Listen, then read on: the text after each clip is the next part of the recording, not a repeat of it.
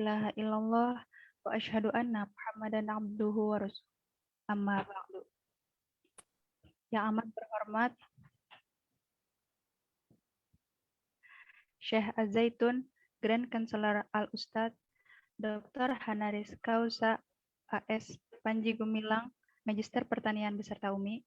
Yang berhormat Rektor Institut Agama Islam Az-Zaitun Indonesia, Bapak Imam Prawoto SPU MBA. Yang berhormat Kepala Biro Kemahasiswaan IAIA Al-Aziz Al-Ustadz Dr. Alfi Satria STMT. Yang terhormat Presiden OMI IAIA Al-Aziz Muhammad Isa Asyrafuddin beserta jajaran, serta hadirin yang berbahagia. Pertama-tama, marilah kita panjatkan puji syukur kehadirat Allah Subhanahu wa Ta'ala yang telah memberikan nikmat dan karunia-Nya kepada kita semua. Sehingga pada pagi hari ini kita dapat berkumpul dalam Zoom meeting ini dalam keadaan sehat walafiat. Salawat serta salam semoga tetap tercurahkan kepada junjungan kita Nabi besar Muhammad SAW, kepada keluarganya, sahabatnya, dan mudah-mudahan kita semua sebagai umatnya. Saya selaku moderator mengucapkan terima kasih kepada para hadirin yang telah hadir dalam Kultum Ramadan pada hari ini yang berjudul Ekonomi di Bulan Ramadan. Baik, saya akan membacakan atur acara. Yang pertama adalah pembukaan. Mari kita mulakan Kultum Ramadan pada pagi hari ini dengan berbasmalah. Bismillahirrahmanirrahim. Selanjutnya, atur acara yang kedua adalah pembacaan ayat suci Al-Quran oleh Anis Hamidah. Kepadanya dipersilahkan. Baik, terima kasih Afrida. Oke, di sini saya akan membaca surat Al-An'am ayat ke-141. Surat Al-An'am itu surah ke-6. A'udzu billahi minasyaitonir rajim. Bismillahirrahmanirrahim. Wa huwallazi ansha'a jannatin ma'rusyat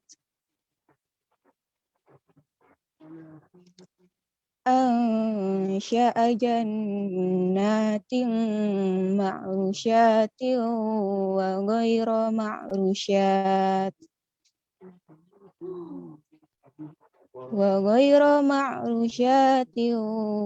wan nakhla waz-zar'a mukhtalifan ukuluhu waz-zaytuna war-rumman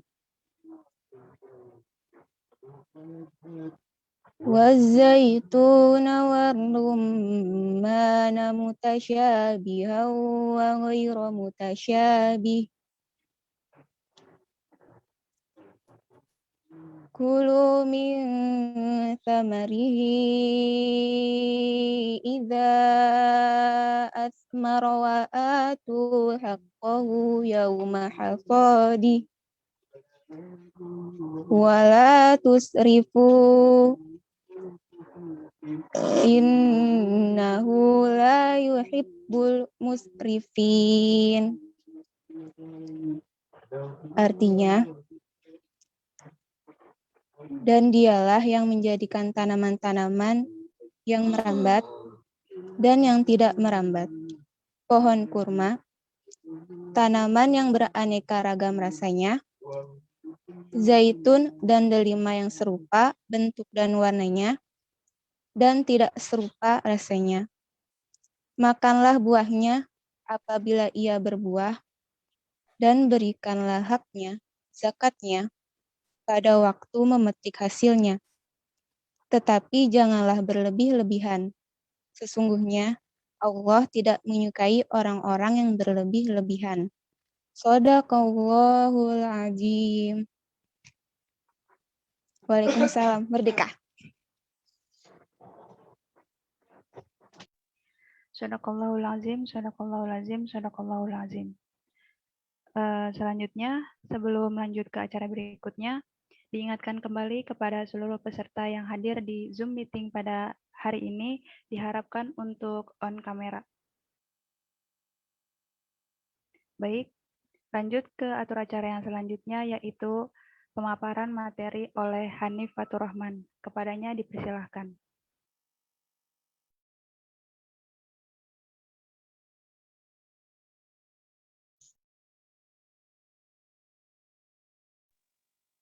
Ya, tes suara mungkin sudah kedengeran ya? Sudah. Alhamdulillah. Sudah. Ya, Bismillahirrahmanirrahim.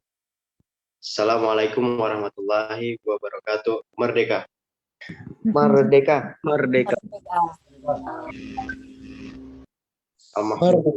Jalaluhu wal musalla Muhammad wa alu albillah arijalu asyhadu an la ilaha illallah wa asyhadu anna Muhammadar Rasulullah amma ba'd. Yang sama-sama kita hormati ya, Muhammad Budin, Ketua Organisasi Mahasiswa IAI Al-Aziz, beserta jajaran yang sama-sama kita hormati, Kementerian Agama beserta jajaran dari Organisasi Mahasiswa IAI Al-Aziz, serta panitia kegiatan kurma pada pagi hari ini yang sudah sibuk tentunya menyiapkan segala hal yang diperlukan sehingga bisa berjalannya sampai dengan detik ini berjalan dengan lancar dan juga baik ya. Kemudian yang saya hormati pula teruntuk sahabat, teman-teman, Umi dan Ibu, kakak-kakak semuanya, tentunya yang tidak bisa saya sebutkan satu-satu, namun tidak mengurangi rasa hormat saya pada pagi hari ini. Pertama-tama bersyukur kepada Allah Subhanahu wa Ta'ala atas nikmat sehat, nikmat Islam, nikmat imannya, karena pada hari ini kita masih diberikan kesempatan ya, untuk merasakan ibadah puasa di bulan Ramadan. Semoga kita nantinya masih bisa merasakan sampai dengan puasa di akhir bulan ini ya, di bulan Ramadan ini. Amin amin ya rabbal alamin. Kemudian tidak lupa kita haturkan kepada Nabi besar kita, Nabi Muhammad Sallallahu Alaihi Wasallam, karena berkat beliaulah, perjuangan beliaulah agama Islam, ajaran ilahi sampai dengan detik ini kita masih merasakan betapa indahnya, betapa sejuknya, betapa nikmatnya ya, dalam ya. Sebelumnya saya ucapkan pada teman-teman semua yang sudah hadir pada pagi hari ini, tentunya bukan saya lebih pandai ataupun saya lebih cerdas ataupun saya lebih pintar dari teman-teman semua, tapi kita sharing. Masih banyak lebih baik daripada saya tentunya, sehingga apabila ada kesalahan ataupun nanti kurangan, mohon dimaafkan karena sempurna yang paling sempurna adalah Allah. Oke, pada pagi hari ini saya mendapatkan kesempatan tentunya menyampaikan dalam kegiatan kurma kultum Ramadan yang bertemakan tentang ekonomi di bulan Ramadan. Karena sesuai dengan apa yang jurusan saya ambil, jadi saya ambil judul tema ini lah, ekonomi dan bulan Ramadan. Kalaupun di sini teman-teman yang belum tahu apa itu ekonomi, sebenarnya kalau secara bahasa ekonomi itu dari kata ekos dan nomos, ya, rumah tangga dan peraturan. Jadi semacam peraturan rumah tangga, atau kalau bahasa ahli ekonominya tentang data dan juga hitungan ekonomi gitu. Jadi memang pasti ekonomi itu rata-rata ya berbasis dengan data ataupun dengan angka, ya. Karena itu ada perhitungannya, ada peraturan, dan juga ada hubungan kaitan dengan kegiatan di hubungan kaitan dengan sosial ataupun masyarakat malah.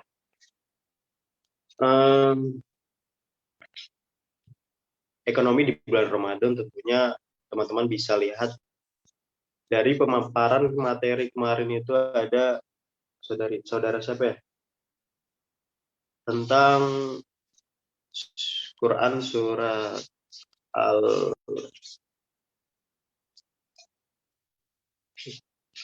Al-Iqra. Iqra bismillahirrahmanirrahim khalaq, itu yang ayat pertama. Kak menyampaikan Abdul. Nah, Kak Abdul ya menyampaikan bahwasannya ada yang bertanya, bukannya Nabi Muhammad itu salah satu keturunan tokoh, masa ia tidak bisa membaca? Sebetulnya tentunya kita tahu pasti zaman saat itu beliau bisa membaca, tapi tingkatnya ikro di sini kita bisa membaca kondisi ataupun lingkungan yang ada pada saat itu, dan juga kita bawa bahwasanya membaca itu ya kita memahami kondisi, karena pada zaman itu adalah zaman jahiliyah, banyak yang entah bagaimana kehidupan yang benar gitu. Nah, maka kita di sini coba teman-teman semuanya kita sama-sama coba membaca bagaimana kondisi ekonomi di bulan Ramadan. Mungkin ada beberapa poinnya, itu nanti saya sebutkan. Ada produksi, konsumsi, kemudian biasa ada distribusi ataupun biasa sedekah atau zakat. Kita bisa lihat tentunya para pengusaha bisnis, mungkin teman-teman sini ada yang punya usaha bisnis, bisa melihat berbagai sumber bahwasannya di produksi pada saat bulan Ramadan ini meningkat, ya.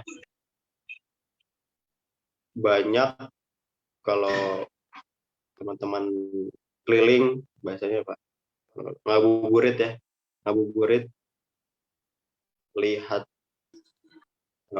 luar gitu, pasar ataupun tempat-tempat perbelanjaan, pastinya banyak yang buka takjil ataupun jualan untuk berbuka, ya. Jual makanan, entah itu bentuknya minuman ataupun makanan, yang pada intinya itu untuk ya dijual. Mereka memproduksikan barang untuk bisa dikonsumsi oleh masyarakat. Nah, peningkatan di sini pun tidak hanya sebenarnya non-Islam, Islam saja, tapi non-Muslim pun juga merasakan, ya tentunya. Mulai dari itu ada pakaian, dari segi produksi pakaian, makanan. Nah, sebetulnya tujuan produksi di sini sebenarnya untuk memenuhi kebutuhan pasar, ya, kebutuhan pasar yang sebetulnya permintaan meningkat, masyarakat butuh makan untuk bisa buka, untuk sahur, konsumsinya tinggi karena merasa puasa hari ini telah, wah saya buka pakai ini nih, beli segala macam, ya, untuk berbuka, padahal nggak semuanya dimakan. Tapi karena melihat tingkat permintaan tersebut, maka banyak penjual, banyak toko-toko yang sebelumnya nggak ada tiba-tiba ada. Yang jualan ini makin banyak, meskipun berbagai jenis, berbagai nama, tapi intinya tentunya untuk memproduksikan barang tersebut karena sesuai permintaan yang ada di masyarakat. Kemudian untuk tujuannya juga untuk memanfaatkan sumber daya alam yang Allah sendiri sudah siapkan untuk kehidupan di bumi. Tadi sudah dibacakan oleh saudari Anis, ya. Dan dialah yang menjadikan tanaman-tanaman yang merambat dan tidak merambat pada pohon kurma, tanaman yang beraneka ragam rasanya, zaitun dan delima yang serupa bentuk dan warnanya dan tidak serupa rasanya. Nah, di sini kan sebetulnya dijabarkan bahwasannya ini loh,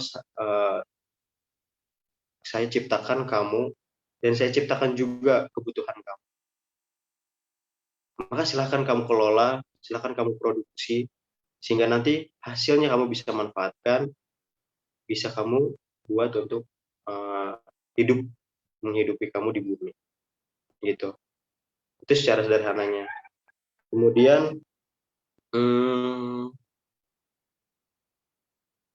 produksi ini sebenarnya kalau dilihat rata-rata ekonomi yang mikro ya, kecil, mereka berproduksi itu sebenarnya bentuk suatu kemandirian. Jadi ketika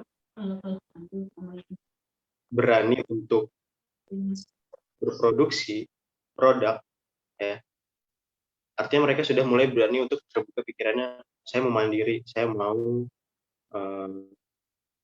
berjualan, saya ingin meningkatkan ekonomi, tidak hanya ekonomi pribadi, tapi sebenarnya dampaknya mempengaruhi ekonomi di masyarakat tersebut. Kemudian masuk ke konsumsi. Di sini banyak mungkin teman-teman yang ya dulu mungkin kalau misalnya baru awal-awal ketika berpuasa ataupun coba berpuasa ya, kita hari ini sahurnya double sama siang biar nanti kuat gitu, biar nanti kuat sampai maghrib. Ya sebenarnya itu termasuk pola yang salah ya, bukan berarti sama aja berarti dia makan jatahnya 3 kali sehari gitu. Tapi kan hakikatnya untuk dia menahan hawa nafsu di situ aja sudah sebenarnya udah salah gitu. Jadi ya kalau ada tuh yang tahu nggak lagunya Giring Dikit, lagunya Arman, sahur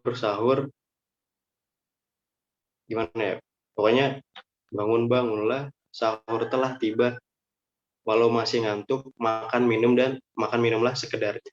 Jadi mau sengantuk apapun, kalau misalkan udah waktunya sahur ya makan, tapi secukupnya, karena hanya untuk tadi supaya nanti kita minimal ada yang diisi. Air putih pun juga nggak apa-apa, karena bentuk salah satu wujudnya kita sahur itu ya untuk menjalankan salah satunya untuk puasa, kan kita harus sahur gitu. Nggak sahur berarti ya puasa sih, cuman karena minimal harus ada yang diisi lah. Kemudian konsumsi sendiri nanti pas buka itu kan teman-teman pola konsumsinya juga tidak boleh misalkan hari ini buka pakai apa ya, tadi pagi kan sahur sedikit, jatah satu diambil, beli ini, tadi siang kan nggak makan, tambah lagi jatah satu lagi, kemudian buat jatah malam beli lagi. Jadi pola konsumsi yang seperti itulah yang sebenarnya berlebihan tadi dikatakan, dan Allah juga nggak suka apa yang berlebihan tersebut. Kalau bisa beli banyak tapi buat bareng-bareng, buat bersama-sama, misalkan buka bersama gitu. Nah kemudian tujuan konsumsi sendiri pada hakikatnya kita itu bukan untuk makan sepuasnya, mengikuti hawa nafsu kita, gitu. Tapi Allah kasih makanan ini untuk stamina aja, stamina untuk bahwasannya kita kan tubuh butuh energi, butuh makanan ya. Sehingga nanti untuk menjalankan aktivitas, nah menjalankan aktivitas itu butuh yang namanya bahan bakar, butuh makanan. Kemudian selain tujuannya tersebut, konsumsi sendiri artinya kita bersyukur Allah telah kasih kita makan, Allah telah kasih kita kebutuhan di bumi, maka kita harus manfaatkan, harus kita gunakan untuk kehidupan kita. Masa iya nggak makan supaya apa, diet lah ataupun biar kurus, itu kan nggak juga, tapi tetap perlu kita mengurangi pola makan sehingga hakikatnya puasa itu ya tadi bisa mengurangi berat badan, bisa mengurangi diri yang tadinya berlebih setelah 11 bulan sebelumnya mungkin banyak makanan toksik makanan yang masuk. Di bulan Ramadan lah kita dibakar, disucikan, dibuang ya. Bahwasanya juga penelitian di Amerika beberapa tempat itu jurnalnya ada, kita perlu adanya pembakaran setiap tahun selama 30 hari, dan itu ada dalam ajaran agama Islam. Ya itu dari konsumsi ya.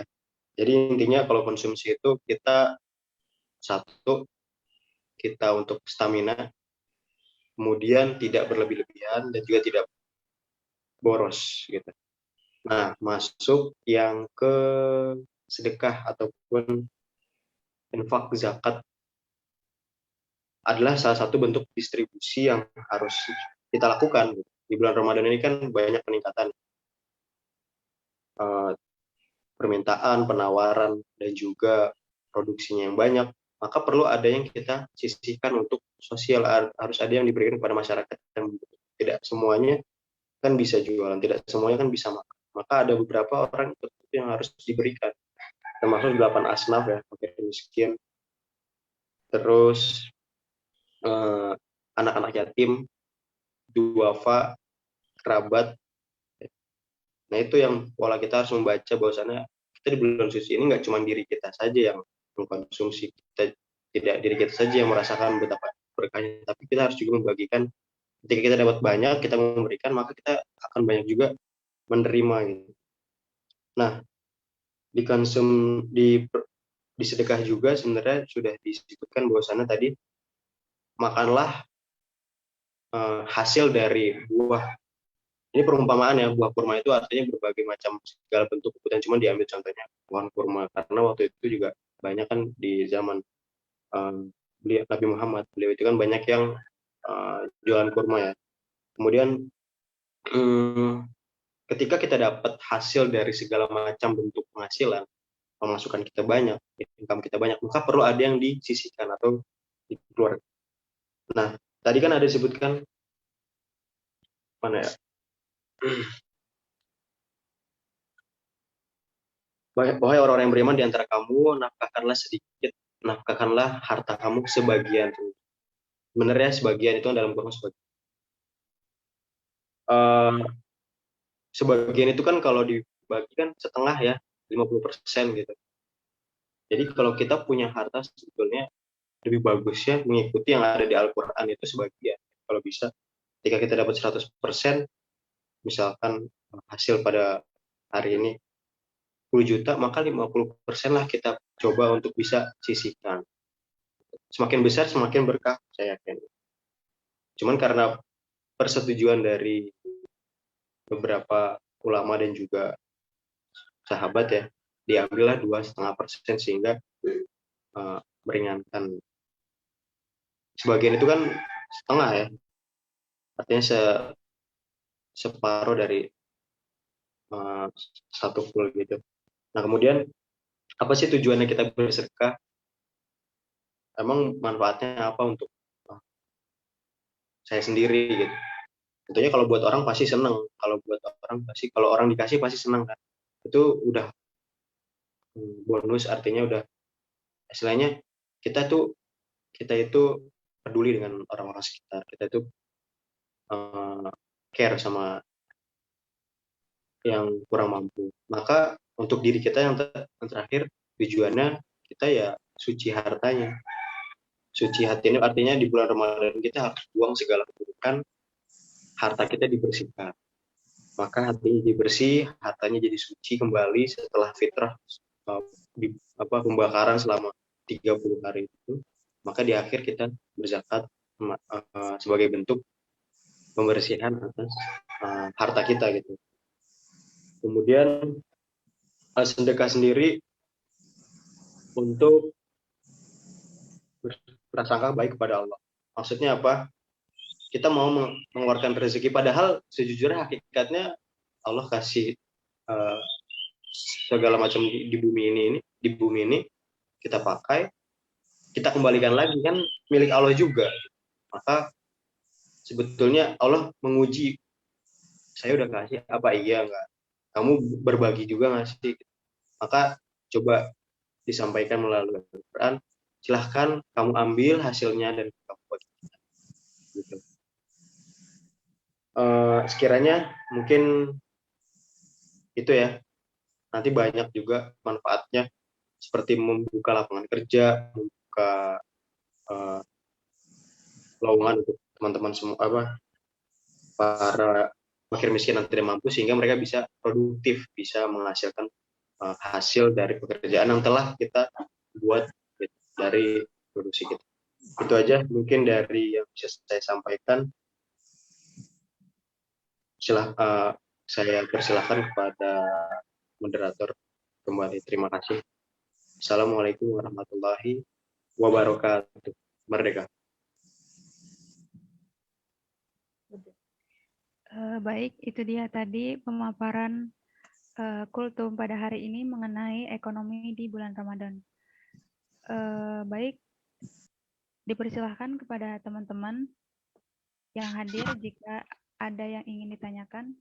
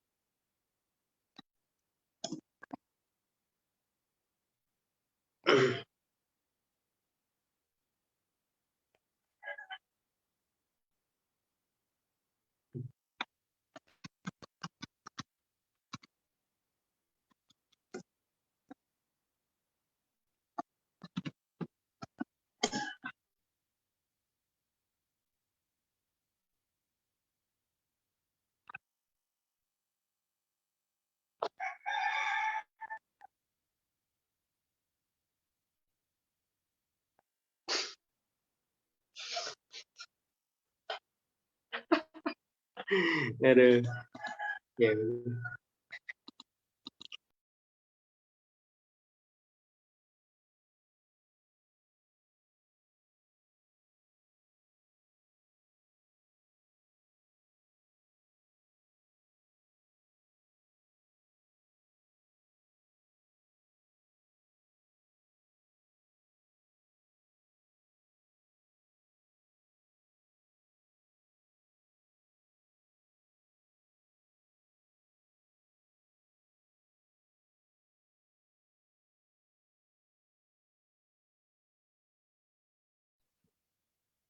Baik, kepada para audiens, sekali lagi, jika ada yang ingin ditanyakan kepada pemateri pada hari ini, dipersilahkan.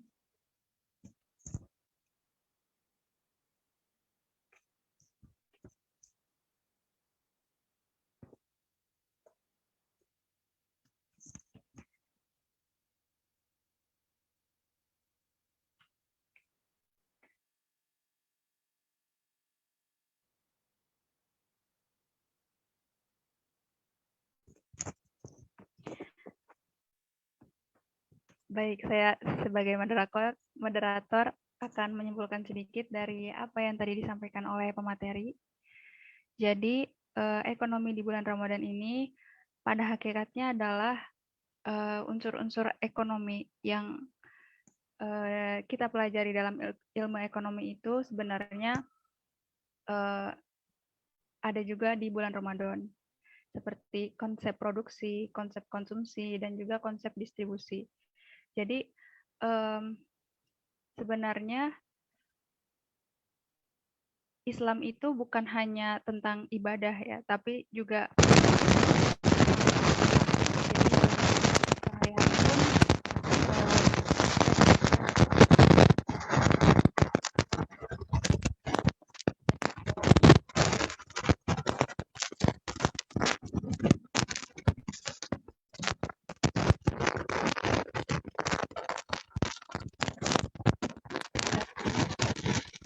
Resek-resek, Red. Suaranya resek-resek.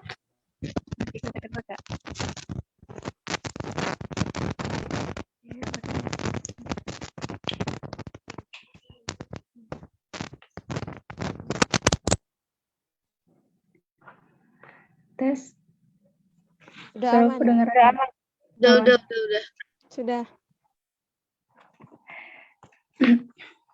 Baik, jadi kita ini dalam beribadah itu harus imbang ya. Jadi nggak hanya ada unsur-unsur Islamnya, tetapi juga kita harus memadukan antara ilmu dan ibadah kita. Jadi dalam tadi yang sudah dipaparkan, ekonomi itu di bulan Ramadan itu tadi produksi berkaitan dengan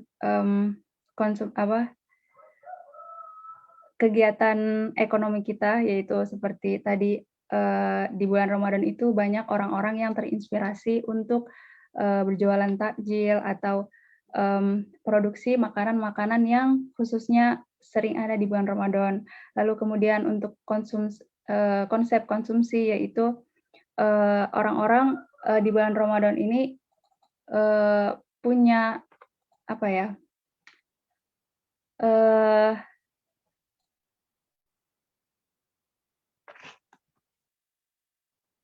Punya konsumsi yang khusus juga di bulan Ramadan. Jadi seperti makanan-makanan yang dikonsumsi pun juga berbeda dari bulan-bulan yang biasa selain di bulan Ramadan. Lalu kemudian konsep distribusi, yaitu jadi dari produksi tadi didistribusikan kepada masyarakat yang khususnya di bulan Ramadan itu lebih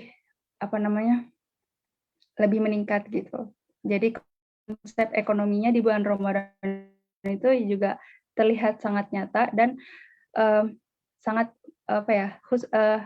punya ini tersendiri gitu, punya ciri khas tersendiri. Seperti itu. Baik, sekali lagi kepada audiens pada hari ini, jika ada yang ingin ditanyakan, kami berikan waktu sebentar lagi. Jadi, itu tadi ada Fred yang di kolom komentar ada yang nanya. Pertanyaan.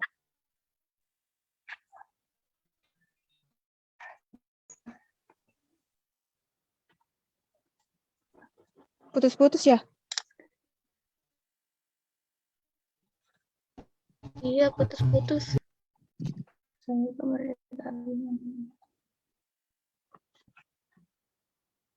Masih putus-putus enggak? Enggak. Lanjut. Baik, di sini ada pertanyaan dari Ahi Sri Widodo. Assalamualaikum Merdeka. Abi mau nanya bagaimana pelaksanaan sedangkan kita banyak sekali kegiatan yang mendapatkan amalan yang sesuai dengan Rasulullah Shallallahu Alaihi Wasallam. Mungkin kepada Abi bisa langsung on mikrofon untuk bertanya langsung kepada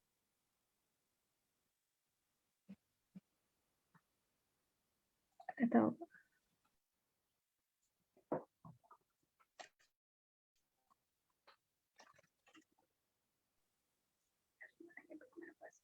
izin bertanya, Kak.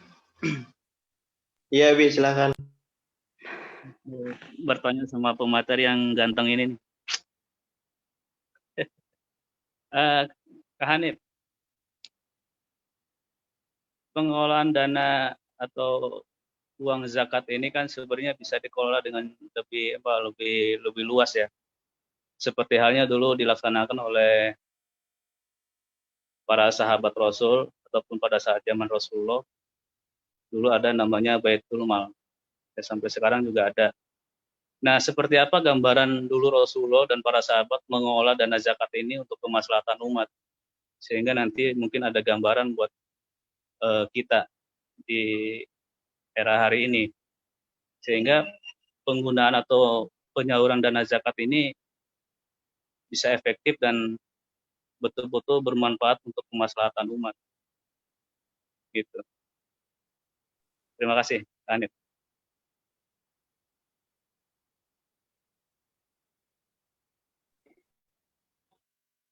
Baik, disilakan kepada pemateri untuk menjawab pertanyaan yang sudah disampaikan.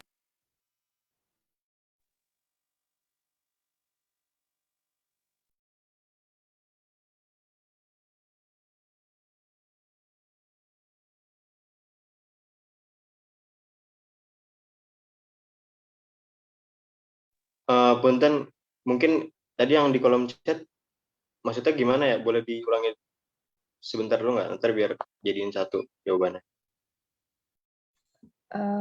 Ya, terima kasih, Anip. Dalam perjalanannya kita kan lihat kalau zaman dulu dengan zaman sekarang kan beda gitu kan. Kalau zaman Rasulullah itu kan benar-benar terfokuskan kepada penyiaran Islam gitu kan. Dia benar-benar bergeraknya juga sudah rapi Rasulullah itu, menatanya tentang perekonomian gitu kan. Sedangkan kita kalau dilihat di sini kan perekonomian itu kan ini kan dikelola kadang-kadang oleh pengusaha gitu kan. Nah, bagaimana perjalanannya kalau kita kan banyak kegiatan di dalam bagaimana mengamalkan gitu kan. Mengamalkan bagaimana di bulan Ramadan ini yang dikatakan banyak keutamaan dan keberkahan gitu. Ya hampir sama dengan pertanyaan tadi gitu kan. Perjalanannya kan sama, cuman ya untuk kitanya itu bagaimana gitu. Makasih.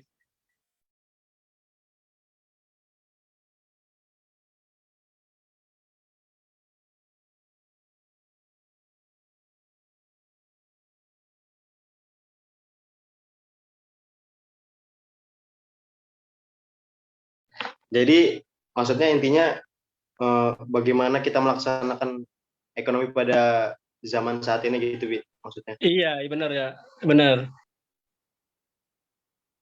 Iya, Bi. Oke. Bismillahirrahmanirrahim ya.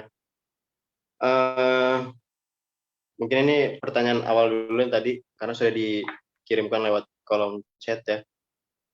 Pertama, bahwasannya kalau tadi kita coba membaca, tentunya persaingan ekonomi saat ini, kalau kita lihat banyak banget bagaimana cara kita mencari peluang, banyak manfaat yang bisa diambil, bahkan ekonomi sendiri ada yang sampai sekecil pun diambil, kayak kancing itu juga kan produksi kecil ya, kancing tapi penting untuk kebutuhan dari keutuhan sebuah pakaian gitu. Kemudian peran kita yang mungkin masih kecil ini di zaman saat ini berekonomi sendiri adalah bentuk ibadah gitu. Kalaupun tidak bisa besar, maka kita memulakan dengan yang kecil, karena sekarang udah zamannya teknologi banyak banget. Teman-teman juga mungkin sudah merasakan bagaimana manfaatnya ekonomi secara online ya. Itu kan ada namanya, kita terapkan Baitu Salam, jual beli online itu sebenarnya jual beli yang sudah pesanan beberapa tempo hari yang lalu gitu. Nah, di sini kita ambil peran bahwasannya peluang apapun, sekecil apapun, coba kita ambil gitu.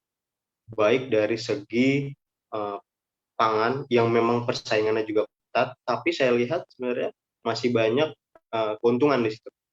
Karena pola konsumsi di Indonesia sendiri paling besar, sehingga para investor itu berani taruh saham, berani taruh investasi mereka ke Indonesia, karena pola di sini banyak yang konsumsinya lebih kuat dibandingkan di luar negeri.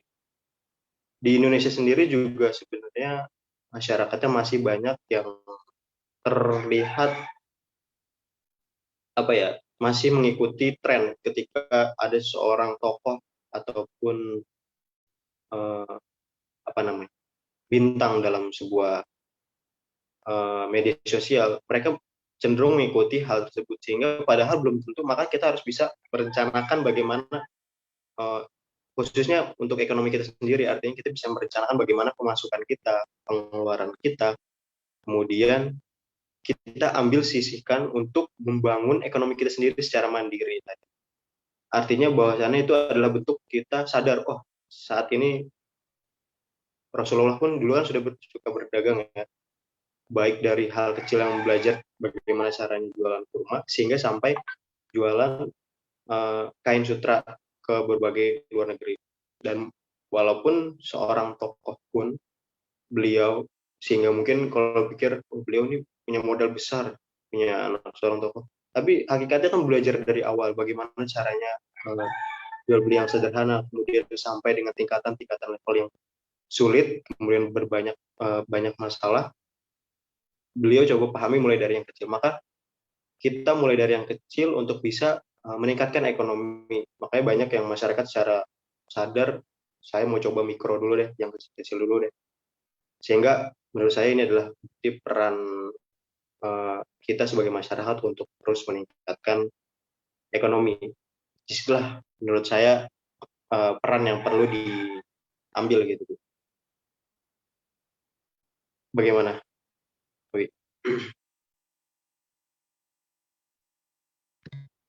Kemudian tadi ya, Baitul Mal yang ada di... Ya, makasih Nip. Oke, makasih jawabannya. Jelas. Terima kasih. Ya, jelas, makasih. Alhamdulillah. Ya, alhamdulillah kalau begitu. Kemudian tadi pertanyaan dari Kak Akhi ya. Akhi. Itu tentang bagaimana Baitul Mal yang ada di Rasulullah sehingga bisa diterapkan di zaman sekarang. Bahkan sebenarnya Baitul Mal sendiri masih ada. Dan dia lembaga yang non pemerintah ataupun di saat ini sebenarnya ada namanya di Indonesia sendiri, yaitu Basnas. Banyak lembaga-lembaga yang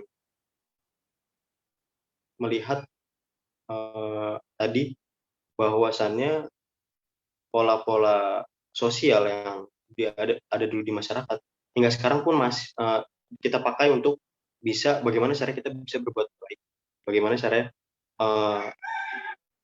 harta yang kita punya tidak hanya dipegang oleh orang-orang kaya saja gitu, tapi bagaimana caranya kita bisa ambil harta tersebut sehingga kita bisa manfaatkan dan kita bagikan untuk rakyat ataupun masyarakat yang tadi. Tentunya di zaman Rasulullah sudah diterapkan. Dulu itu di zaman Rasulullah kalau katanya sih gudangnya itu nggak pernah penuh ya, artinya gudang itu selalu kosong gitu. Karung pun pasti kosong, sehingga selalu terisi kosong. Itu Baitul Mal dulu masih ada satu gitu. Kemudian juga pendistribusiannya karena zaman dahulu juga banyak orang-orang yang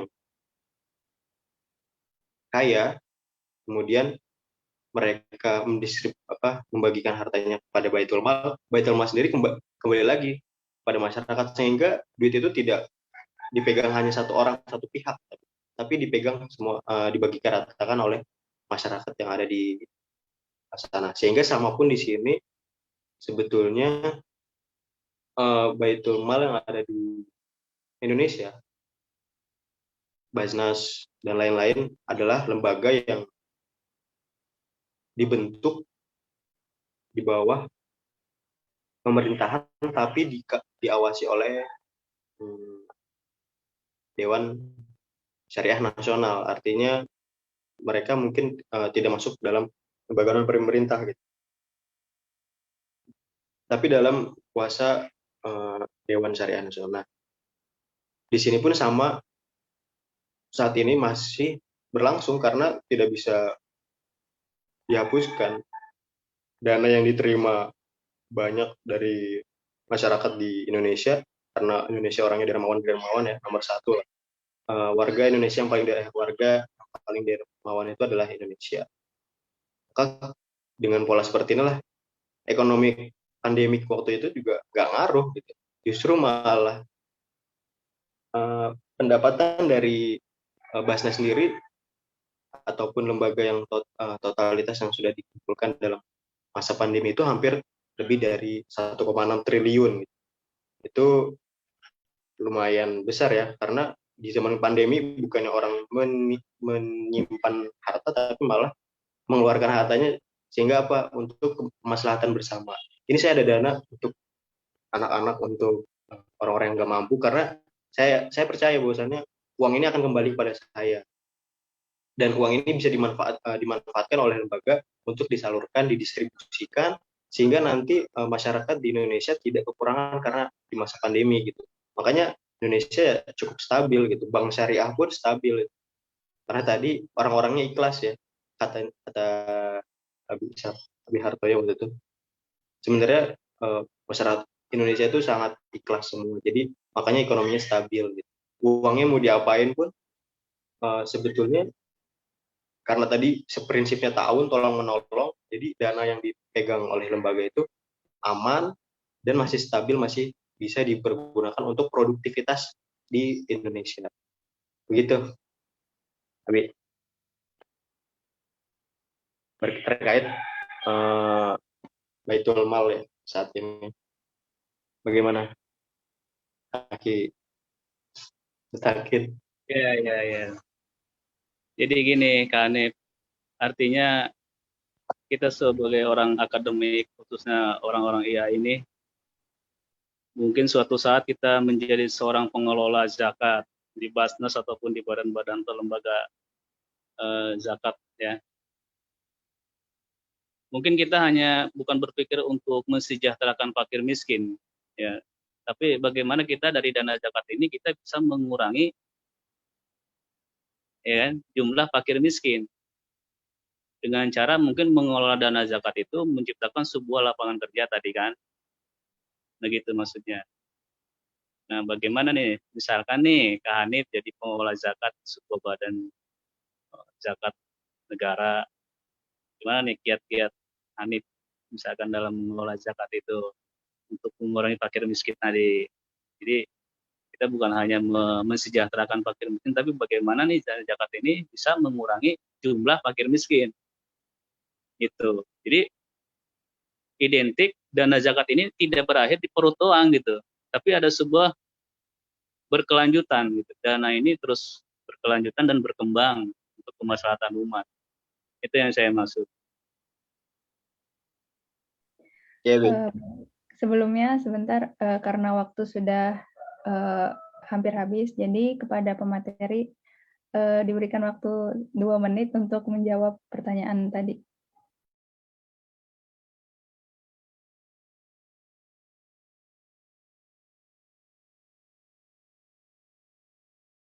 Ya, singkat ya. Betul tadi yang disampaikan bahwasannya bagaimana caranya kita mengelola zakat gitu, mengelola dana baik dari infak, sedekah, zakat.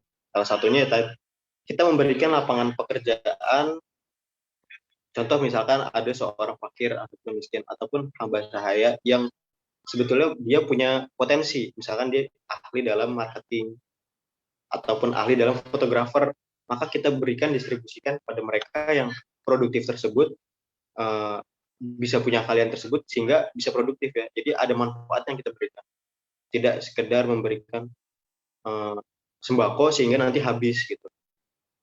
Karena pun kalaupun sembarangan habis di perut, tapi ketika kita memberikan manfaat, misalkan contoh ada ahli tukang jahit gitu.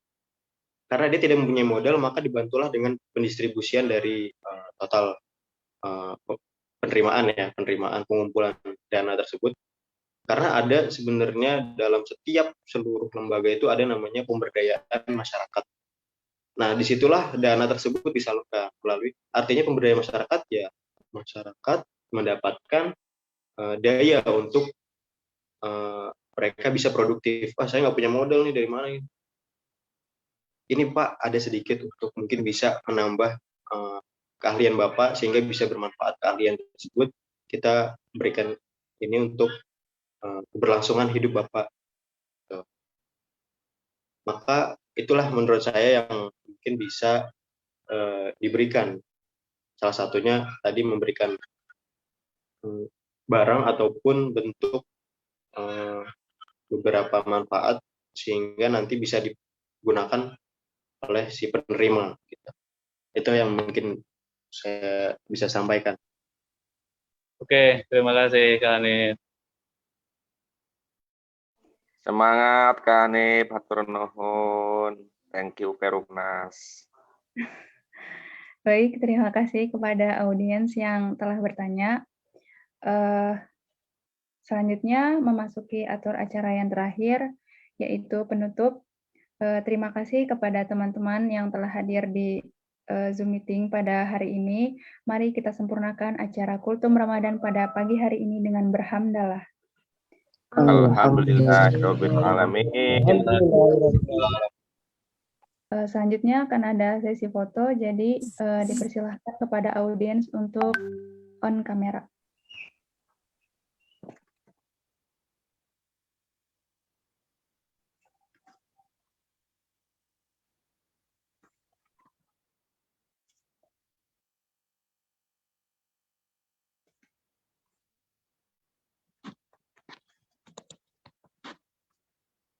Baik, untuk panitia, sudah siap untuk dokumentasi? Udah, Fred, udah siap. Oke, baik. Aku aba-abain ya sampai 3. Iya, silakan. 1, 2, 3. Udah. Baik, terima kasih teman-teman yang sudah hadir.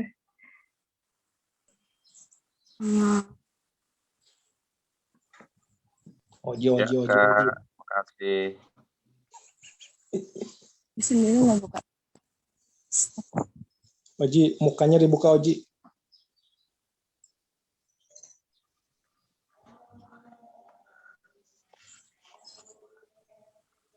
Aldi ada, Aldi.